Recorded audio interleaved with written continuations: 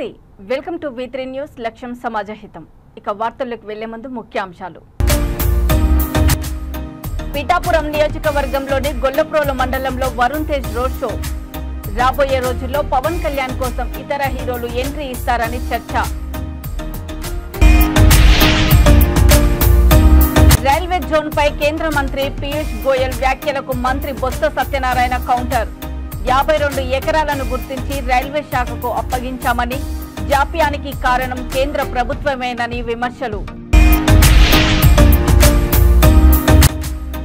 6 గ్యారెంటీలను అమలు చేసినట్లు నిరూపిస్తే పోటీ నుండి తప్పుకుంటా నిరూపించకపోతే కాంగ్రెస్ అభ్యర్థులంతా పోటీ నుండి తప్పుకుంటారా అని Bandi Sanjay hot comments Andhra Pradesh assembly ఎన్నికల్లో అందరి దృష్టిని ఆకర్షిస్తున్న నియోజకవర్గాల్లో పిఠాపురం ఒకటి ఎందుకంటే ఇక్కడ జనసేన అధినేత పవన్ కళ్యాణ్ పోటీ చేస్తున్న విషయం తెలిసిందే అధికార వైసీపీ కూడా ఈ నియోజకవర్గంపై ప్రత్యేక ఫోకస్ పెట్టింది ఆ పార్టీ నుంచి వంగగీత బరిలో ఉన్నారు గత ఎన్నికల్లో 2 నియోజకవర్గాల్లో పోటీ చేసి పరాజయం పాలైన పవన్ కళ్యాణ్ ఈసారి ఎలాగైనా గెలిచి తీరాలి అనే టార్గెట్ గా పనిచేస్తున్నారు ఇప్పటి వరకు ఉన్న అంచనాల ప్రకారం చూస్తే ఈసారి పవన్ కళ్యాణ్ గెలుపు పెద్ద కష్టం కాదు అనే అభిప్రాయం వ్యక్తమవుతుంది బాబాయ్ పవన్ కళ్యాణ్ కోసం టాలీవుడ్ హీరో వరుణ్ తేజ్ కూడా రంగంలోకి దిగారు వరుణ్ తేజ్ నాడు పిఠాపురం నియోజకవర్గంలోని గొల్లప్రోలు మండలంలో రోడ్ షోతో పాటు పలు సమావేశాల్లో పాల్గొననున్నారు వరుణ్ తేజ్ ఎంట్రీతో రాబోయే రోజుల్లో పవన్ కళ్యాణ్ కోసం ఇతర హీరోలు అయిన రామ్ చరణ్ అల్లు అర్జున్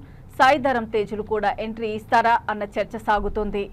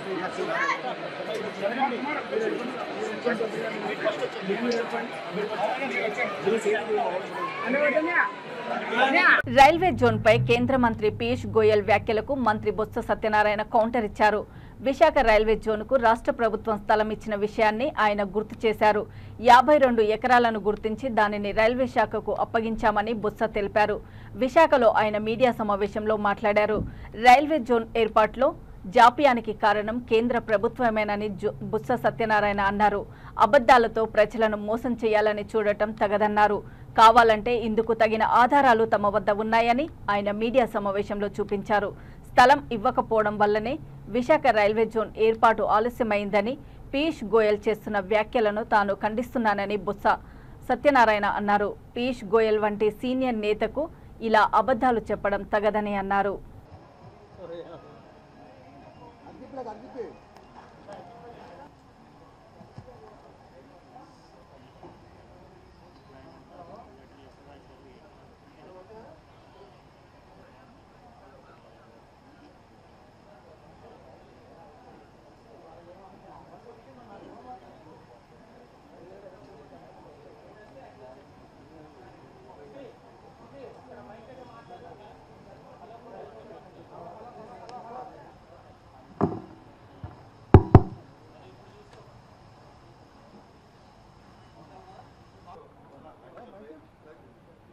అలా అందరికీ లంచ్ ఉంది, దయించి మీరు అందరూ భోజనం చేసి వెళ్ళాల్సిందిగా ప్రార్థన.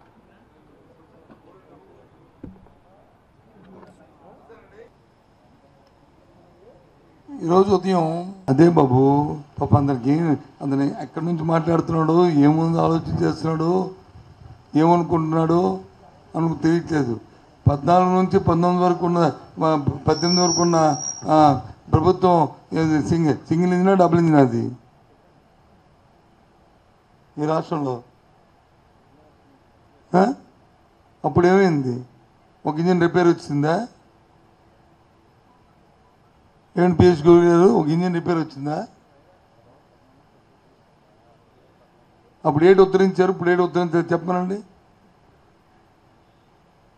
అప్పుడు ఆ ముగ్గురు ఇవ్వటం ఉన్నప్పుడు ఏం మేము ఈ అచీవ్మెంట్లు చేసాము అని చెప్పండి. ఉన్న ప్రత్యేకవాదనే దాన్ని తాకట్టు పెట్టి ప్యాకేజ్ కింద మార్చుకున్నారు కూటమి. అవునా కదా? వాస్తవా కాదా? రాష్ట్రపతి తెలియని విషయమా? మిఠాయిలు పంచుకున్నారు, సాల్వాలు కప్పుకున్నారు అర్ధరాత్రి ప్రకటనకి. ఏం చేసింది డబుల్ ఇంజిన్? అప్పుడు ఒక ఇంజిన్ రిపేర్ అయిపోయి ఉంటుంది ఇటు, బహుశా ఆయన మర్చిపోయి ఉంటాయి ఇటు.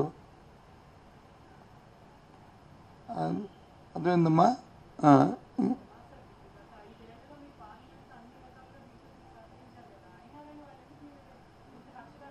మేము పార్లమెంట్లో చాలా అండగా వాళ్ళతో మేమేమి చట్టపట్టాలు తెచ్చుకుని తిరగలే.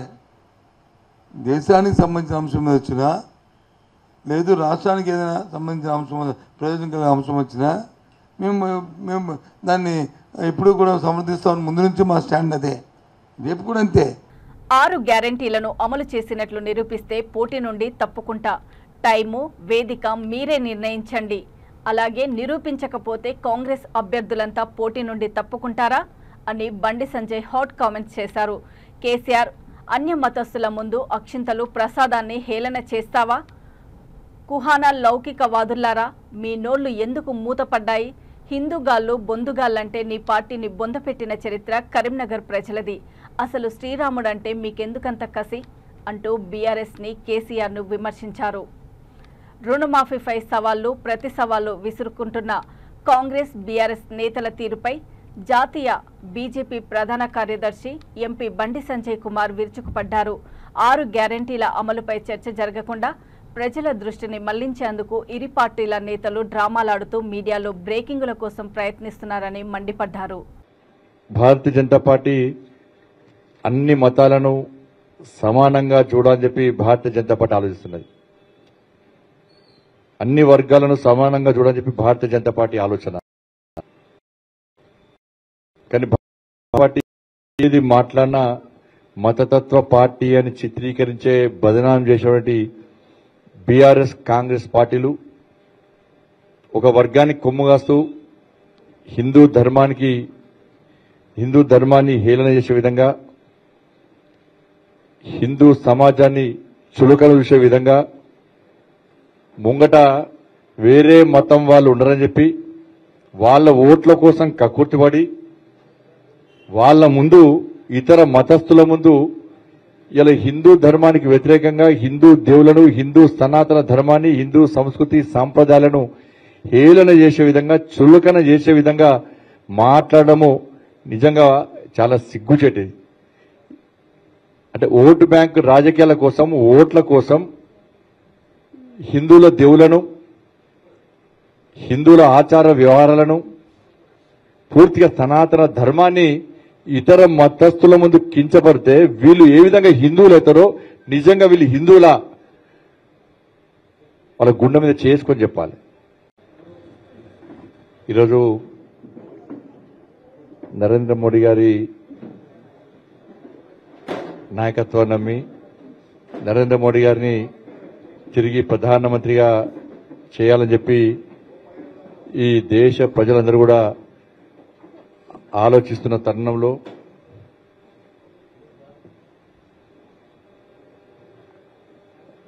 ఒక మంచి వ్యక్తి ప్రధానమంత్రి అయితేనే, నరేంద్ర మోడీ గారి లాంటి వ్యక్తి ప్రధానమంత్రి అయితేనే ఈ దేశం బాగుంటుంది, దేశం రక్షింపబడుతుంది, దేశంలో పేద ప్రజలు బాగుంటారని చెప్పి ఒక ఆలోచనతో వారి యొక్క నాయకత్వం నమ్మి భారతీయ జనతా పార్టీలో చేరుతున్నటువంటి కాంగ్రెస్ పార్టీ సీనియర్ నాయకులు, అదేవిధంగా ఈ కరీంనగర్ పార్లమెంట్లో అందరికీ పరిచయం ఉన్న వ్యక్తి,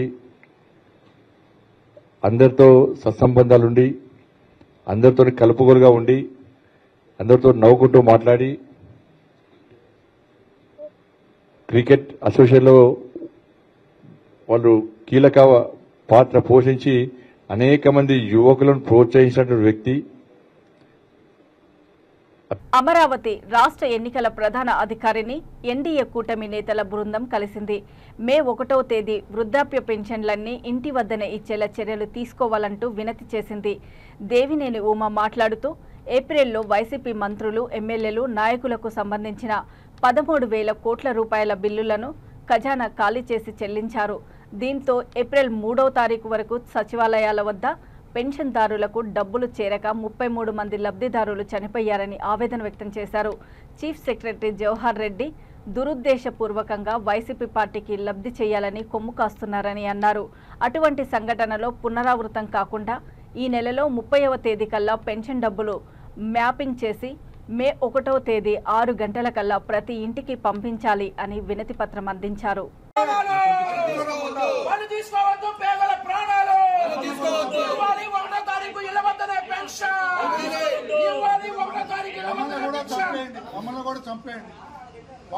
ఇక్కడ ఉన్న పోలీసులందరికీ కూడా తల్లిదండ్రులు, వృద్ధులు ఉన్నారు. ఎండలకి పెన్షన్ కనుక వెళ్తే వాళ్ళు సస్తారు. దానికి మీరే బాధ్యత అవుతారు. మీకు మానవత్వం ఉంటే మీరు పక్కకి వెళ్ళిపోండి. నశించాలి సీఎస్ గారి మొండి వైఖరి, నశించాలి సీఎస్ గారి మొండి వైఖరి. ఇంటి వద్ద పెన్షన్ ఇవ్వాలి, ఇంటి వద్దనే. భద్రాద్రి కొత్తగూడెం దమ్మపేట మండలం వడ్లగూడెం దుర్గా మల్లేశ్వర స్వామివారి ఆలయంలో ఖమ్మం పార్లమెంటు స్థానం విజయాన్ని కాంక్షిస్తూ రాష్ట్ర మంత్రులు తుమ్మల నాగేశ్వరరావు, పొంగులేటి శ్రీనివాసరెడ్డి, ఎంపీ అభ్యర్థి రామసహాయం రఘురామారెడ్డి ప్రత్యేక పూజలు నిర్వహించారు. అనంతరం అశ్వారావుపేట నియోజకవర్గ కాంగ్రెస్ పార్టీ ముఖ్య కార్యకర్తలతో సమావేశంలో మంత్రులు, ఎంపీ అభ్యర్థి పాల్గొన్నారు. కాళేశ్వరం ధరణి లొసుగులు, ప్రశ్నపత్రాల లీకేజీ సహా ఎన్నో అక్రమాలు బీఆర్ఎస్ హయాంలో జరిగాయని రామసహాయం అన్నారు. రెవెన్యూ శాఖ మంత్రి పొంగులేటి శ్రీనివాసరెడ్డి మాట్లాడుతూ గత ప్రభుత్వ అరాచక పాలక నచ్చకనే రాష్ట్ర ప్రజలు కారు కాల్చి వాత పెట్టారని, కేసీఆర్కి ముఖ్యమంత్రిగా ఉన్నప్పుడు రైతు కష్టాలు కనబడలేదని, ఇప్పుడు మాత్రం రైతుల కష్టాలు కనిపిస్తున్నాయా అని ఎద్దేవా చేశారు. కేసీఆర్ దోచుకున్న కోట్లు దాచుకోవడానికే దొంగ దీక్షలు, దొంగ పర్యటనలు చేస్తున్నారన్నారు. దేశంలోనే తెలంగాణని మోడల్గా నిలబెడతామని మంత్రి పొంగులేటి అన్నారు. నా పేరు ఖరారైంది. మీ అందరి సహకారం కావాలని కోరుకుంటున్నాను. పట్టుదలతో మీరు పనిచేస్తేనే నేను గెలుస్తాను. మీ గెలుపు నా గెలుపు. ఇంకో విషయం చెప్పదలుచుకున్నాను. నేను ఖమ్మంకి కొత్తగా కాదు. మా నాయనగారు ఖమ్మంలో పుట్టి పెరిగారు. మా స్వగ్రామము కూసుమంచి మండలంలో చేగమ్మకి ఊరుంది. అక్కడ మా ఇల్లు ఉండేది. ఇప్పటికీ ఖమ్మంలో మా నివాసం ఉంది. నాకు ఒక చిన్న ఫ్లాట్ ఉంది, అక్కడ ఇల్లు కూడా ఉంది నా చెల్లెలకి. కొంతమంది నన్ను అవుట్ సైడర్గా కొంత డిస్కషన్ నడిచింది. అందుకొరకే ఈ విషయం చెప్పదలుచుకున్నాను. చేగమలో ఇల్లు లేదు, అది పబ్లిక్ స్కూల్కి ఇచ్చేసాము, గవర్నమెంట్ స్కూల్కి ఇచ్చేసాము. అలాగే సరే దీనికి సంబంధించింది కాదు, మరిపడ ఊళ్ళో మొత్తం police station, RTA bus stand, MR office, MPTC office. గిరిజన ప్రాంతమైనటువంటి మనం ఇంకా కేంద్రం నుంచి మనకి కావాల్సినటువంటి రాష్ట్ర ప్రభుత్వం చేస్తున్నటువంటి సమస్యలకు ఎక్కడైనా ఇబ్బందులు వచ్చినా, కష్టాలు వచ్చినా, కేంద్రం యొక్క పర్మిషన్ కావాలన్నా మన మనిషిగా మేము ఫోన్ చేస్తే అక్కడ పార్లమెంట్ లో మాట్లాడటమే కాకుండా కేంద్ర ప్రభుత్వంతో ఆయన ఆ అంశాల మీద అధ్యయనం చేసి మనకి సంపాదించి పెట్టేటటువంటి ఒక మనిషి.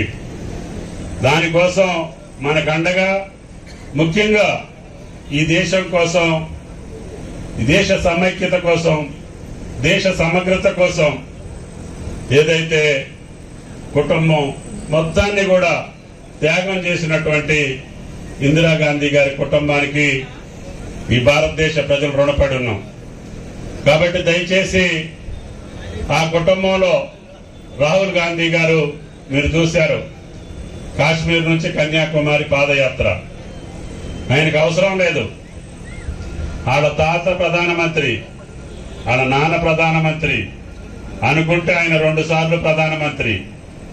కానీ అవతల పక్క ఉన్నటువంటి పార్టీ, అధికారంలో ఉన్నటువంటి పార్టీ బీజేపీ ఈ దేశాన్ని ముక్కలు చేసేదానికి, ఈ సమైక్య జాతిని విడగొట్టేదానికి కులాల పేరు మీద, మతాల పేరు మీద చిచ్చులు పెట్టి. నంద్యాల పట్టణంలోని తన కార్యాలయంలో retired principal Chandrasekhar Reddy media సమావేశం నిర్వహించారు. ఈ సందర్భంగా ఆయన మాట్లాడుతూ నేడు సీఎం జగన్మోహన్ రెడ్డి విడుదల చేస్తున్న మేనిఫెస్టోలో తన సూచనలు, సలహాలు సీఎం జగన్మోహన్ రెడ్డికి నచ్చితే మేనిఫెస్టోలో చేర్చాలని కోరారు. 5 ఎకరాల పొలం ఉన్న సన్నకారు రైతులకు 2 లక్షల వడ్డీ లేని రుణమిచ్చి 30 నెలల లోపల చెల్లించే విధంగాను ఉండాలని, కట్టని ఎడల వడ్డీతో సహా కట్టే విధంగా, అలాగే 10 ఎకరాల పొలం ఉన్న రైతులకు 3 లక్షలు వడ్డీ లేని రుణంను మంజూరు చేసి తిరిగి 30 నెలల లోపల రుణాన్ని కట్టని ఎడల వడ్డీతో సహా కట్టే విధంగా మేనిఫెస్టోలో చేర్చాలని కోరారు. చంద్రశేఖర్ రెడ్డి, నేను రిటైర్డ్ గవర్నమెంట్ కాలేజ్ ప్రిన్సిపల్. ఈరోజు జగన్మోహన్ రెడ్డి రిలీజ్ చేస్తున్న మేనిఫెస్టో గురించి నా తోచిన సలహాలు, సూచనలు నేను తెలియజేస్తున్నాను. రైతులకు 5 ఎకరాల లోపు ఉన్న వారికి 2 లక్షల వరకు వడ్డీ లేని రుణాలను ఇస్తూ 20 నెలలు లేదా 30 నెలల్లో రీపే చేసుకునేటట్టు, 10 ఎకరాల లోపు ఉన్న వారికి 3 లక్షల రుణాలు ఇచ్చి, వడ్డీ లేని రుణాలు ఇచ్చి దానిని మళ్ళీ 30 నెలల్లో రీపే చేసుకునేటట్టు. నెక్స్ట్, దళితులు మరియు 4th క్లాస్ ఎంప్లాయీస్కు మరియు చేతి వృత్తి పనుల వారికి 50,000 వరకు వడ్డీ లేని రుణాలను 20 నెలల్లో తిరిగి చెల్లించేటట్లు ఏర్పాటు చేస్తే బాగుంటుంది. ఇది నా అభిప్రాయము. వడ్డీ టైం లోపల కట్టకపోతే మరి వడ్డీతో సహా కట్టవలసి వస్తుంది. టైం లోపల తిరిగి చెల్లిస్తే తిరిగి మరీ వాళ్ళకి రుణాలు ఇస్తారు బ్యాంకు వాళ్ళు. కాబట్టి ఇది నా సలహాలు, సూచనలను మీకు తెలియజేస్తున్నాను. మీకు నచ్చితే మేనిఫెస్టోలో చేర్చడానికి ఆలోచన చేయండి. ముఖ్యమంత్రి రేవంత్ రెడ్డితో సిపిఎం నేతలు భేటీ అయ్యారు. ముఖ్యమంత్రి నివాసంలో భేటీ అయిన వారిలో సిపిఎం రాష్ట్ర కార్యదర్శి తమ్మినేని వీరభద్రం, జూలకంటి రంగారెడ్డి, చేరుపల్లి సీతారాముల వీరయ్య ఉన్నారు. తెలంగాణ పార్లమెంటు ఎలక్షన్లలో అనుసరించవలసిన విధి విధానాలపై చర్చ జరిగినట్లు తెలుస్తోంది.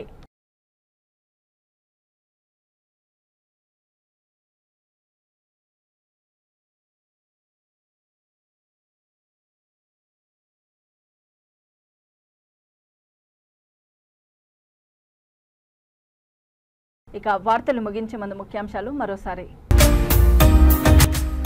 పిఠాపురం నియోజకవర్గంలోని గొల్లప్రోలు మండలంలో వరుణ్ తేజ్ రోడ్ షో. రాబోయే రోజుల్లో పవన్ కళ్యాణ్ కోసం ఇతర హీరోలు ఎంట్రీ ఇస్తారని చర్చ. రైల్వే జోన్ పై కేంద్ర మంత్రి పీయూష్ గోయల్ వ్యాఖ్యలకు మంత్రి బొత్స సత్యనారాయణ కౌంటర్. 52 ఎకరాలను గుర్తించి రైల్వే శాఖకు అప్పగించామని, జాప్యానికి కారణం కేంద్ర ప్రభుత్వమేనని విమర్శలు. 6 గ్యారెంటీలను అమలు చేసినట్లు నిరూపిస్తే పోటీ నుండి తప్పుకుంటా, నిరూపించకపోతే కాంగ్రెస్ అభ్యర్థులంతా పోటీ నుండి తప్పుకుంటారా అని బండి సంజయ్ హాట్ కామెంట్స్. చూస్తూనే ఉండండి V3 న్యూస్, లక్ష్యం సమాజహితం. నమస్తే.